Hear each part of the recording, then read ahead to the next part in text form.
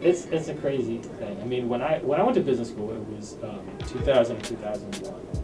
When I was in business school, 2000 2001, and that was a crazy time. People, my buddies were like dropping out and just going to San Francisco. They were like, yeah, I'm gonna be a CEO. They decided to just pay the rest of my business school loans and I just go out there and do it. So it was just a crazy time. No one was even going to West. People were like, I'm going out there and I'm gonna start a business and make a ton of money. And so I guess I got caught up in that, and I ended up going to startup while I was in business school. I learned a lot from it. But the biggest thing that I learned is that I'm an entrepreneur.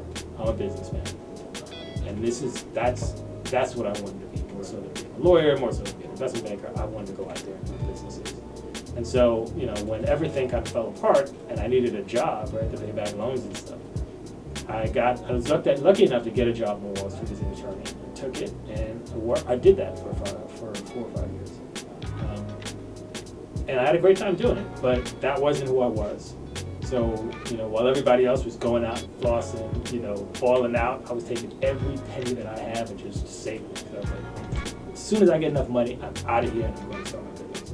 So I saved every penny I could, and then when I had enough, I was like, I'm gone, and I opened up a laundry service. And at the time, people were like, this dude is crazy. He got a job, high power, one of the best law firms in the country, on Wall Street, doing it big, and he's gonna leave this to go to start a laundry service. But that was what I always wanted to do. I wanted to go out there and run a business. So when we did the laundry service, it was like a high-end laundry service, and it was an internet-based laundry service.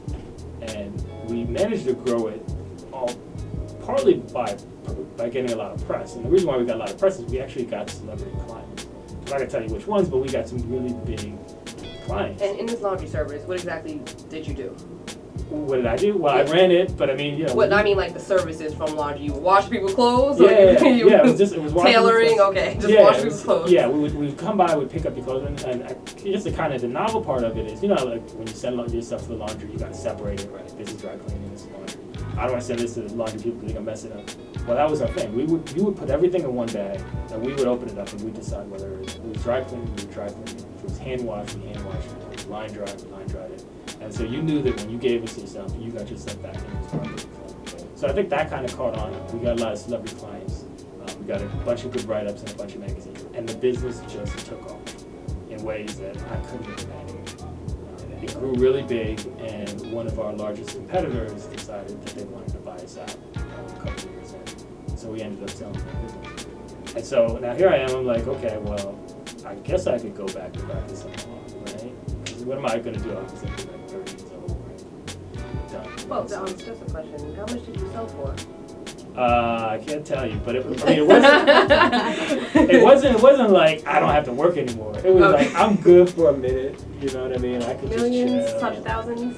It definitely wasn't millions. Okay. But it was we were good, right? So I was like, I didn't have enough money to retire, so I had to decide what I wanted to do. Young, so at the time when we were doing it, we didn't have a ton of money. So what we did is we would spend all of our money on advertising on these new kind of websites called blogs.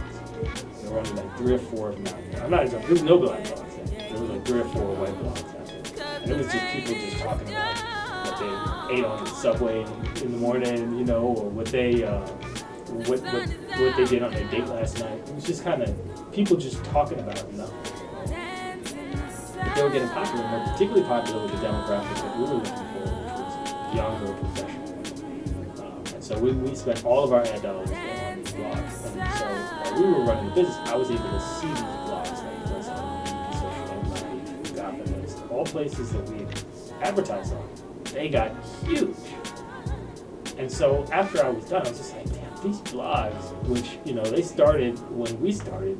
When we saw these dudes were making money hand over fist, and they were doing well, and they were flourishing. But more importantly, because I was invested in that, right? I was putting my money in the advertising. I was reading them, right? So I was like, I was understanding what they were doing and where they were going and stuff. So I was kind of familiar with that industry. So when I sold the business, I knew that I was like, well, I kind of do this blog thing. I kind of like it. I see the growth potential in it. Let me just go in and see what happens. And it kind of went from there.